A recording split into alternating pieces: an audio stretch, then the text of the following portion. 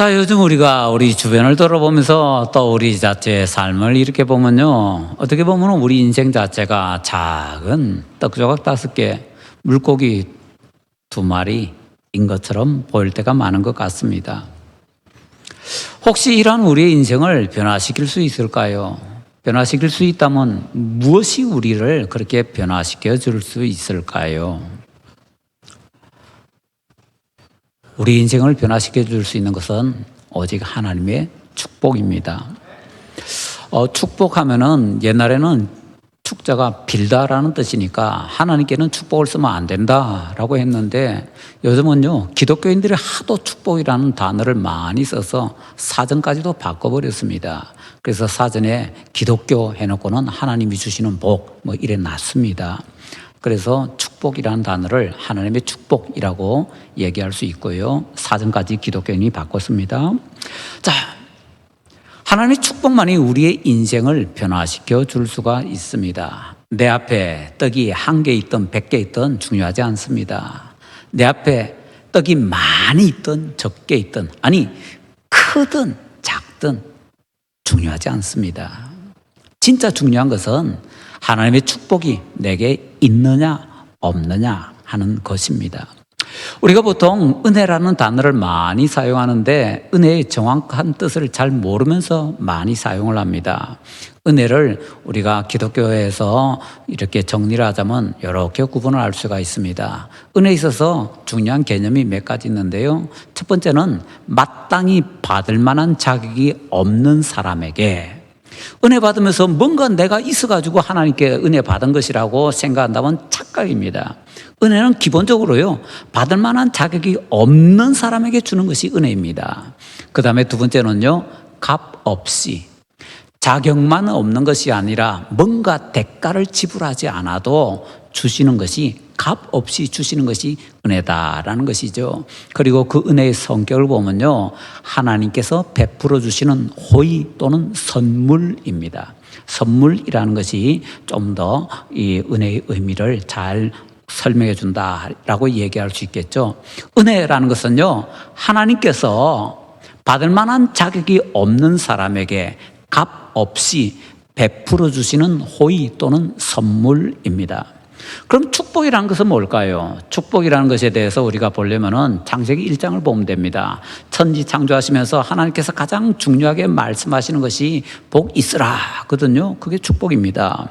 그래서 복 있으라라는 그 말씀들을 통해서 정리를 해보면 축복이란 무엇인가? 하나님께서 물질적으로, 문화적으로, 그리고 영적으로 생명이 왕성하게 해주셔서, 생명이 왕성하면 그 다음에 어떻게 됩니까? 번성하겠죠. 생명이 왕성하게 해주셔서 번성하게 만들어주시고, 번성한 결과 성공하게 만들어주시는 것, 그게 바로 성경적으로 축복이라는 것입니다. 그러니까 축복은 하나님께서 물질적으로, 문화적으로 또는 정신적으로, 그리고 영적으로 우리 하나님께서 생명력을 왕성하게 해주셔서 번성하여 성공하게 만들어주는 것, 그게 바로 축복이다라는 것이죠. 이 축복을 가만히 생각해 보면요, 그래서 축복도 은혜는 은혜인데 은혜 가운데 좀 큰 은혜지요. 그런데 그 은혜를 조금 더 정리하자면 기적적으로 부어지는 은혜, 그것을 축복이다라고 정리를 해도 그렇게 틀리지는 않은 것 같습니다. 자, 우리 본문에서는 하나님께서 주시는 축복의 성격을 몇 가지 가르쳐 줍니다. 그래서 오늘은 본문의 내용 자체보다도 그런 성격들 몇 가지를 한번 살펴보고자 합니다. 첫째로, 하나님께서는요 항상 새로운 축복을 주십니다. 본문은요, 우리가 주일학교 다녔다면 어릴 때부터 잘 알고 있는 내용입니다. 이것의 별명, 제목을 이렇게 붙이죠. 오병이어. 물고기 2마리와 떡 5개, 떡 5개, 오병, 물고기 2마리, 이어. 그래서 오병이어라고 얘기를 많이 합니다.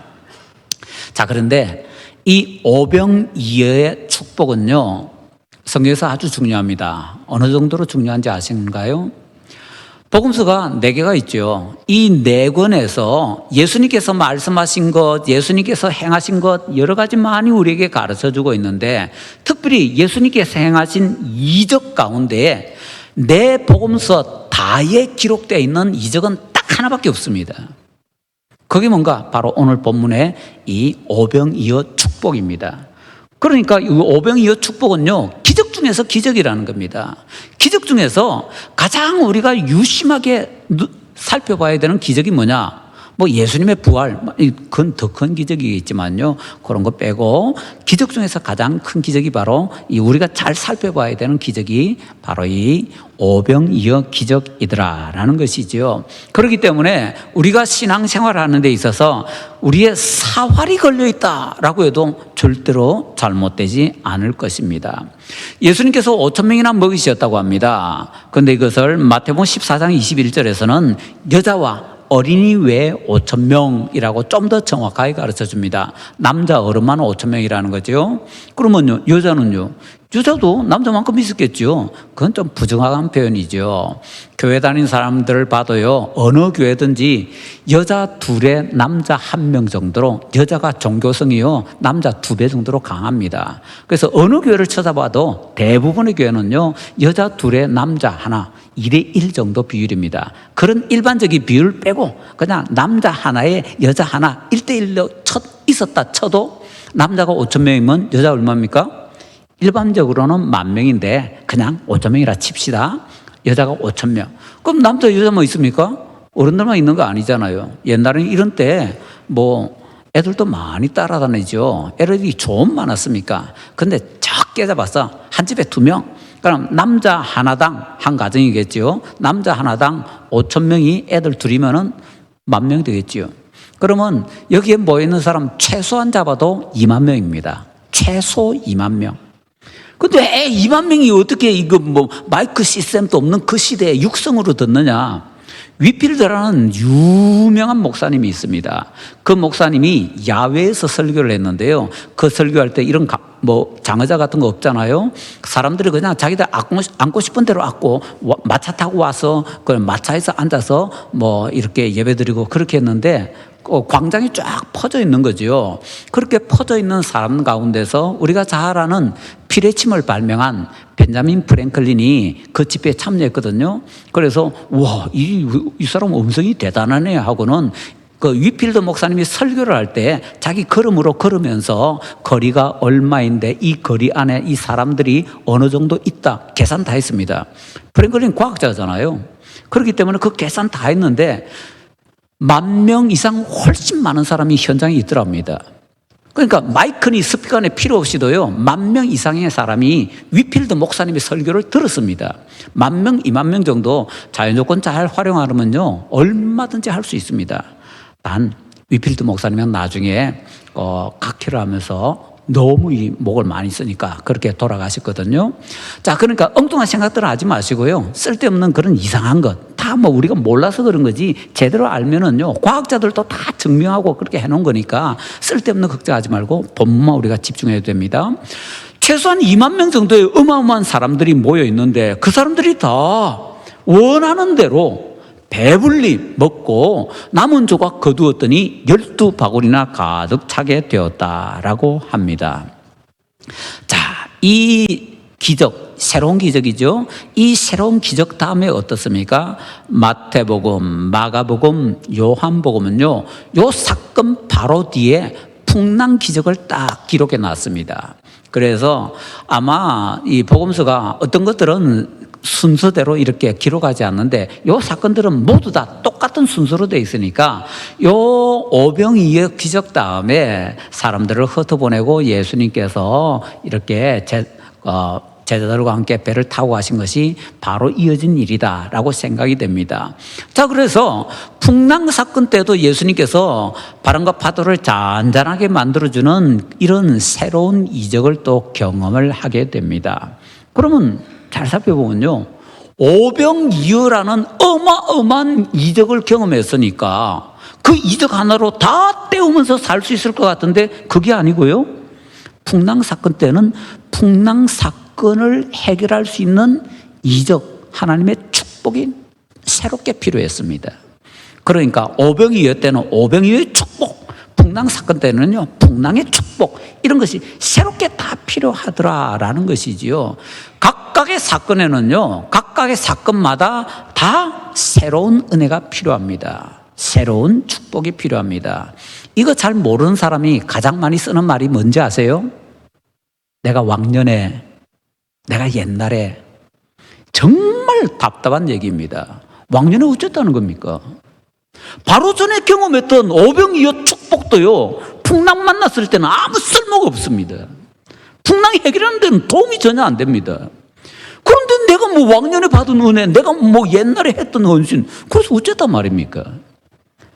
신앙생활 가장 못나게 하는 방법이요, 왕년에 옛날에 따지면서 사는 겁니다. 왕년에 필요 없습니다. 옛날에 필요 없습니다. 지금 받아야 되는 새로운 은혜를 받고 있냐 아니냐, 이게 중요한데 뭐 옛날에 왕년에 뭐 어쨌다는 겁니까? 자, 그래서 항상 새로운 사건에는 새로운 축복이 필요하고 그 새로운 축복 반드시 받아야 된다라는 것을 꼭 기억하도록 하십시다. 자, 이걸 이제 모를 때는 어떤 일이 벌어지게 됩니까? 이스라엘 백성들이요, 요단강을 건너서 넘어가서 제일 먼저 그 가나안 땅에서 가장 크고 거대한 성인 여리고 성과 전쟁을 하게 됩니다. 그때 뭐 할 거 있습니까? 하나님 말씀대로 그냥 성을 뺑뺑 돌았더니 성이 무너지고 자기들은 그냥 그걸 쉽게 점령하는 것만 했지요. 여리고 성의 축복을 받았습니다. 그래서 이 사람들이 어깨가 높아집니다. 목이 곧아집니다. 그 다음에 보니까요, 저기 옆에 뭐 아이라는 조그만한 성인데, 에이, 저 정도야 뭐, 이러고는요, 간단하게 처리할 수 있다고 자신 있게 갔다가 대패하게 됩니다. 많은 사람들이 그 전쟁에 패배해서 죽게 됩니다.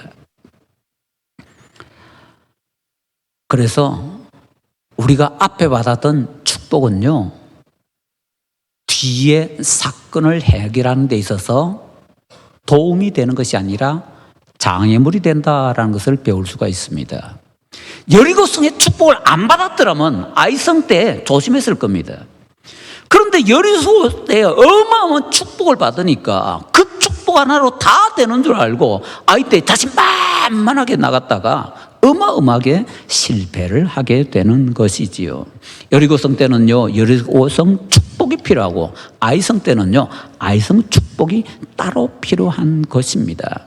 꼭 기억하십시다. 신앙생활하는 데 있어서 가장 중요한 방해물은요, 내가 조금 전에 받았던 은혜입니다. 내가 옛날에 받았던 큰 은혜입니다.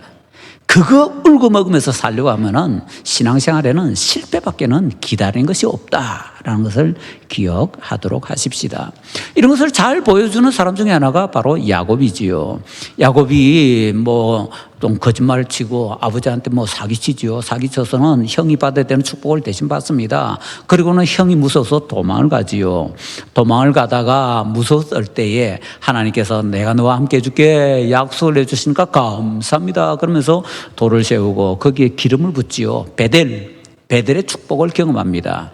그런데 그 다음에 밧단 아람에 가게 되는데요, 밧단 아람에서 축복을 받지 못하니까 삼촌이 이 꾀쟁이 야곱을 속이는데 야곱이 10번이나 삼촌에게 속습니다. 남을 속이는데 도사인 것처럼 보이는 야곱이 맨날 속으면서 사는 겁니다.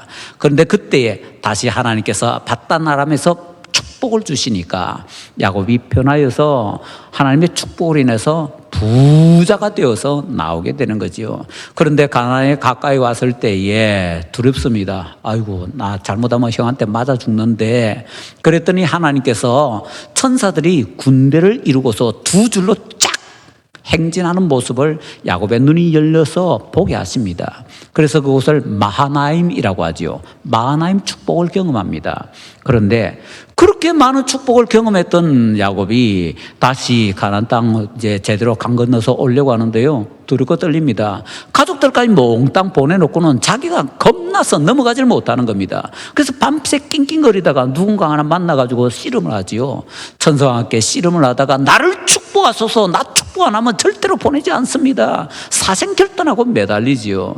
그래서 다시 은혜를 받는데 그것을 브니엘이라고 하지요. 브니엘의 축복을 경험하게 되는 것입니다. 아무리 축복을 많이 받아요, 새 새로운 사건에는 새로운 축복이 있어야 되더라라는 거죠. 못 받으면 그냥 실패입니다. 그렇게 많은 축복을 받았던 야곱이 세겜에 가서 삽니다. 세겜 가서 살 때 하나님의 축복을 못 받으니까 또 어떻게 됩니까? 야곱의 딸 디나가 세겜에 놀러 갔다가 세겜 사람에게 강간을 당하잖아요. 그래서 만신창이가 됩니다.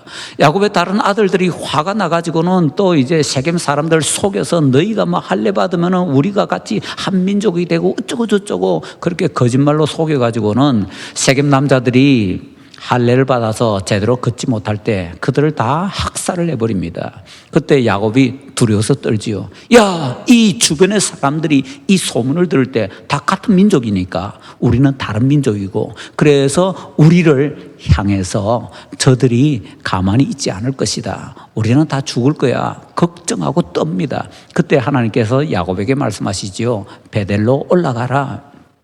베델이 어디입니까? 옛날에 축복받았던 곳이잖아요.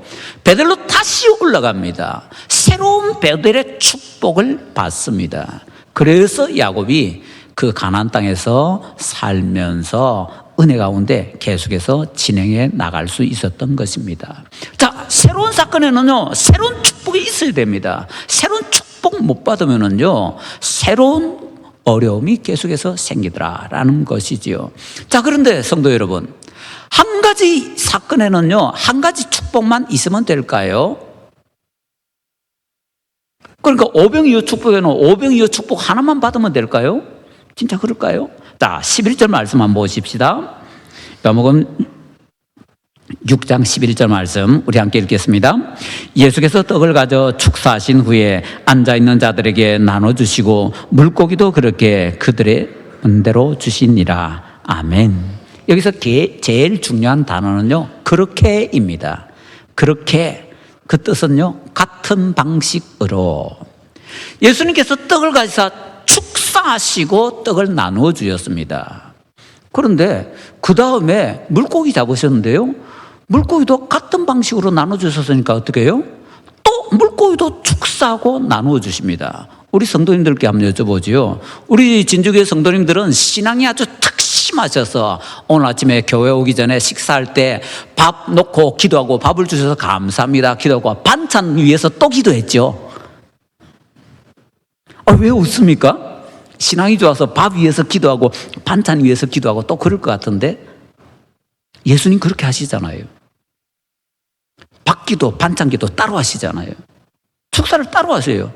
맨날 우리게 그렇게 해야 된다는 게 아니고요, 이때 독특하게 너무나 큰 은혜가 필요한 사건이기 때문에 여기에서는요, 밥을 위한 축사 따로 반찬을 위한 축사 따로 하시더라고요. 왜? 은혜가 다르기 때문에. 떡을 위한 축복이 따로 있고요, 물고기를 위한 축복이 따로 있는 겁니다. 그래서 예수님께서 따로따로 그렇게 축복을 해 주시는 것이지요. 자, 그래서 우리는 한 가지 일을 할 때도요, 그 일 안에서도 그 일이 잘 되기 위해서는 말하자면 과정마다 새로운 축복이 필요하다, 새로운 은혜가 필요하다, 꼭 기억을 해야 됩니다. 자, 두 번째로는요, 하나님께서는 고난 후에 새로운 축복을 주십니다. 4절에 보니까 이 사건이 유월절 전에 일어났다라고 하네요. 이보다 1, 2년 뒤 유월절에 예수님께서 십자가에 못 박혀 돌아가십니다. 예수님께서 우리에게 주시는 축복은요, 모두 다 십자가 통해서 우리에게 주어집니다. 예수님의 고난 없이는 우리에게 축복이 있을 수가 없습니다. 그와 마찬가지로 우리가 하나님의 축복을 받을 때에도 역시 고난 다음에 축복이 주어지게 된다라는 것이지요. 창세기 1장 읽어보면요, 하나님께서 원래 축복을 주실 때는 아무것도 없을 때, 고난도 없을 때 그냥 축복을 쏟아부어 주셨습니다. 그런데 우리 인간이 범죄함으로 다 놓쳐버리잖아요. 그래서 다시 새롭게 축복을 주실 때는 고난 이후에 축복을 주시게 되더라라는 것이지요. 왜 그럴까? 간단할 것 같습니다. 고난당할 때 평소에는 우리가 잘 생각 못하고 하나님 별로 의지하지 않다가 고난을 당하면 그때 비로소 아차 하고는 정신 차려서 하나님께 매달리고 기도하여서 믿음을 고백하여서 이제 그를 통해서 이제 우리가 은혜를 받기 때문에 그래서 고난이라는 것이 꼭 필요하더라라는 것입니다. 하나님께서 우리에게 작은 기적을 행해 주시려고 할 때는요, 우리에게 어려움을 보내주십니다. 그런데 큰 기적을 행해 주시려고 할 때는요, 우리에게 불가능을 보내주십니다. 큰 축복 필요하십니까? 우리 앞에 불가능해서 우리가 두려워 떠는 일들이 생기게 만드신다라는 것을 잊지 말도록 하십시다. 이스라엘 백성들이 요단강을 건너가자마자 만났던 일은요, 하나님께서 여리고 사람들이 뻔히 보는 앞에서 할례받으라는 겁니다. 할례받으면요, 남자들이 제대로 걷지도 못하고 들어 누워 있어야 됩니다. 그러면요, 여리고성에서 나와서 쳐들어온다든지 그 주변에서 나와서 쳐들어오게 되면요, 끝장나는 겁니다. 그런데 하나님께서는 이스라엘 백성들에게 그렇게 하라라고 명령하십니다. 얼마나 두려웠겠습니까? 얼마나 떨렸겠습니까? 그런데 말씀에 순종하여서 그 고난 가운데 들어가니까 그 결과 하나님께서 여리고성에 축복을 주시더라라는 것이지요. 여리고성의 축복을 받은 이후에 그냥 들떠 있을 때 아이성으로 바로 가니까 그냥 참패를 하게 되는 거지요. 뭔가 어려움이 있었다면 정신 바짝 차리고 우리가 하면서 했을 텐데 그냥 좋은 일만 있으니까 랄랄라 하다가 그냥 당하게 되었더라라는 것이지요. 자, 그런데 우리가 평소에는요, 생각으로는 우리가 고난을 받을 때 내가 믿음을 고백하고 열심히 기도하고 그래서 내가 은혜 받을 거야, 난 할 수 있어 라고 생각을 합니다. 근데 실제로는요, 그런 현실이 일어날 때 거의 대부분의 사람들은 그렇게 하지 못합니다. 생각으로는 믿음들이 큽니다. 그러나 실제로는요, 그거 제대로 실천하는 사람 거의 없습니다. 그렇기 때문에 우리는 이 점에 대해서 주의를 해야 되고요.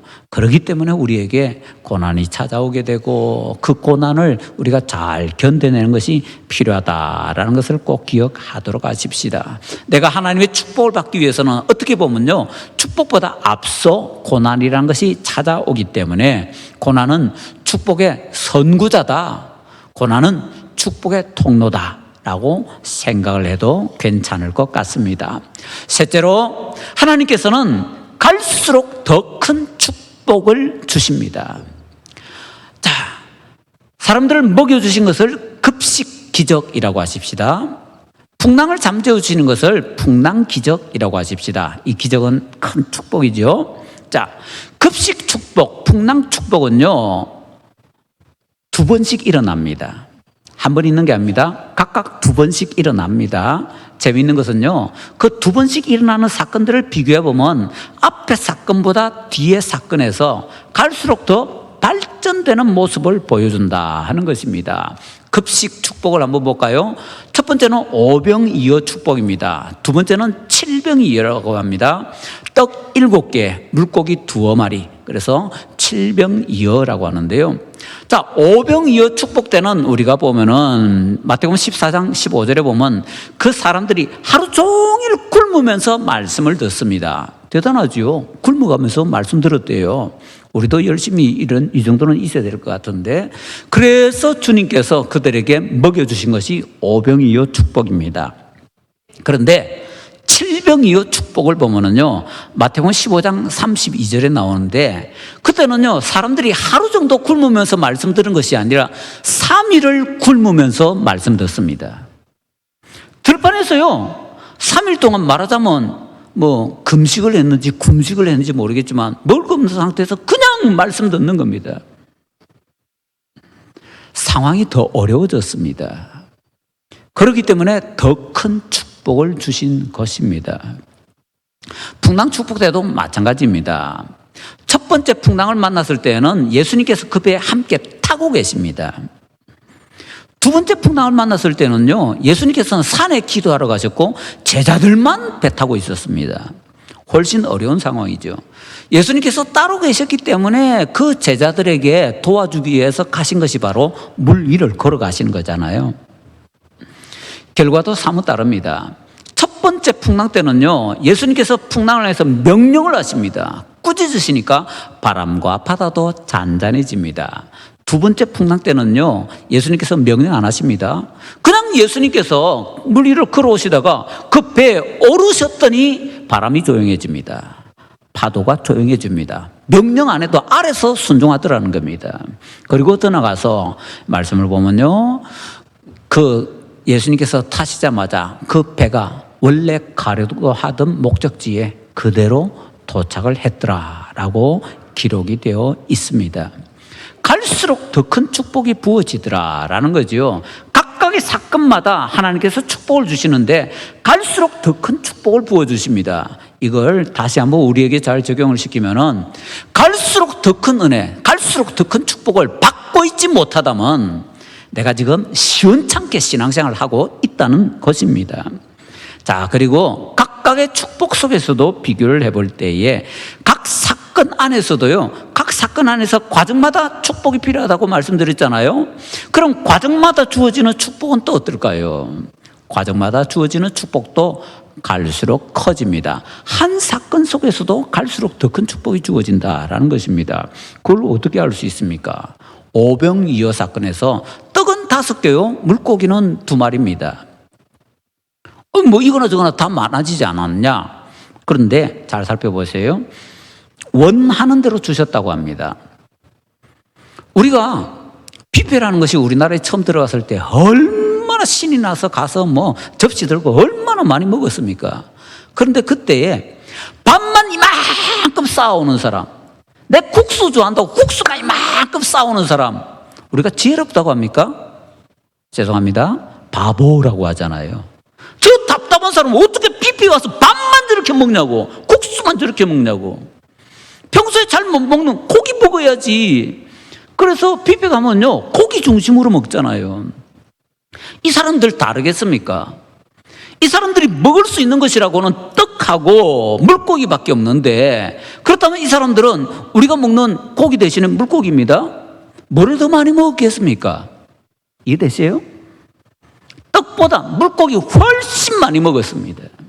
원하는 대로 줬기 때문에 떡보다 물고기가 훨씬 많이 공급이 되었다라는 겁니다.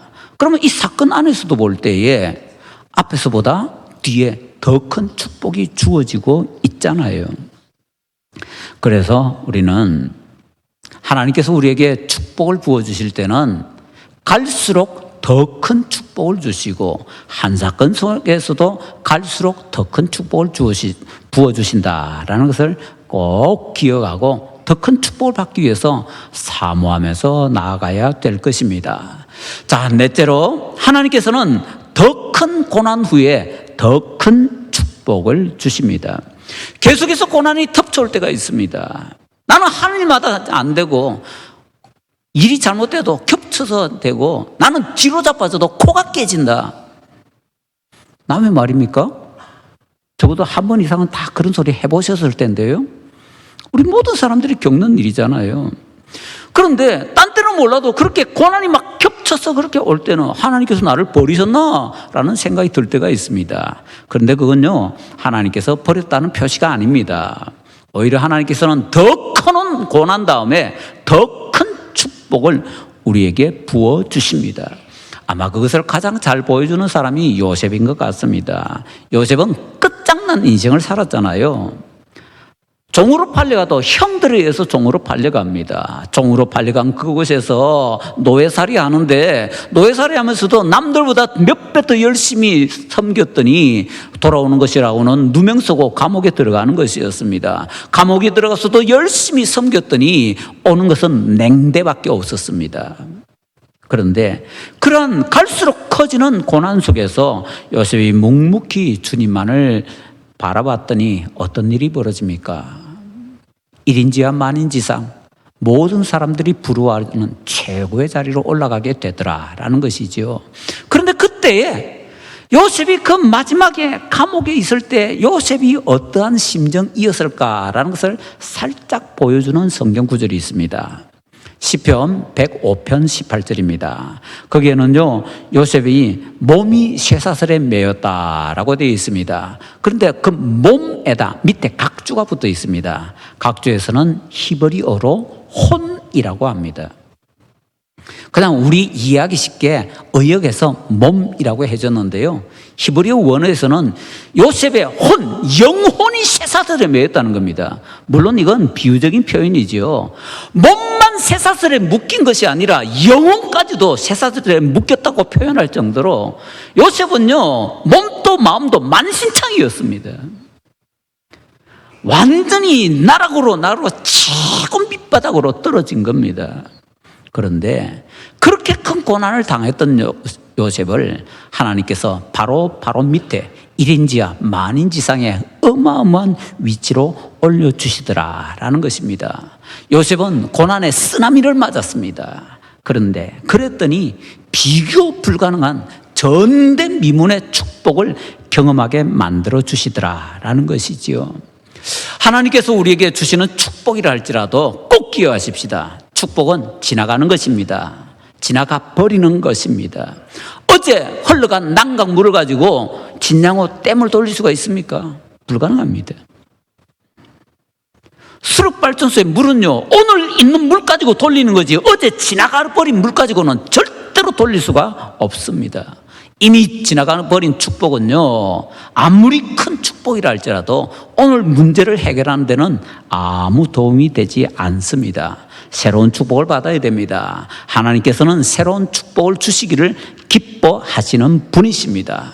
고난이 올 때 우리에게 축복 주기를 기뻐하시는 분이고, 더 큰 고난이 올 때 더 큰 축복을 주시기를 기뻐하시는 분이십니다. 그래서 우리 성경에서 우리에게 소개되는 수많은 성경의 위인들은 이런 것을 잘 알았기 때문에 고난 가운데 때로는 입이 이만큼 튀어나와서 툴툴거리면서, 때로는 그들도 실수하고 원망하고 불평하면서 그렇게 나아간다 할지라도 그래도 다시 한번 정신 차리고 마음을 다잡고 신앙을 다잡아서 앞으로 나아가면서 주여 도와주시옵소서 사모하면서 나아갔기 때문에 하나님께서 축복을 주시고 축복 위에 더 큰 축복을 부어주시더라라는 것입니다. 갈수록 더 큰 축복을 주시는 것을 성경적으로 표현하면 뭐라고 할까요? 은혜 위에 은혜. 그게 바로 뭡니까? 축복 위에 축복입니다. 은혜 위에 은혜입니다. 그게 바로 하나님께서 우리에게 주시고자 하는 것이다 라는 것이지요. 하나님께서는 복을 창조하신 하나님이다라는 걸 꼭 기억하시기 바랍니다. 복을 창조하셨기 때문에 복의 주인이십니다. 복의 주인이시기 때문에 복을 나누어 주십니다. 그래서 하나님께서 우리에게 축복 나눠주기를 기뻐하시는데, 축복의 하나님으로부터 정말 놀라운 축복을 받기 위해서 우리가 축복의 내용을 잘 살피고 하나님께서 우리에게 원하시는 만큼 하나님께 더욱더 가까이 가서 주님께서 주시는 축복을 누리기에 부족함이 없는 우리 모든 분들 되시기를 예수님 이름으로 축원합니다.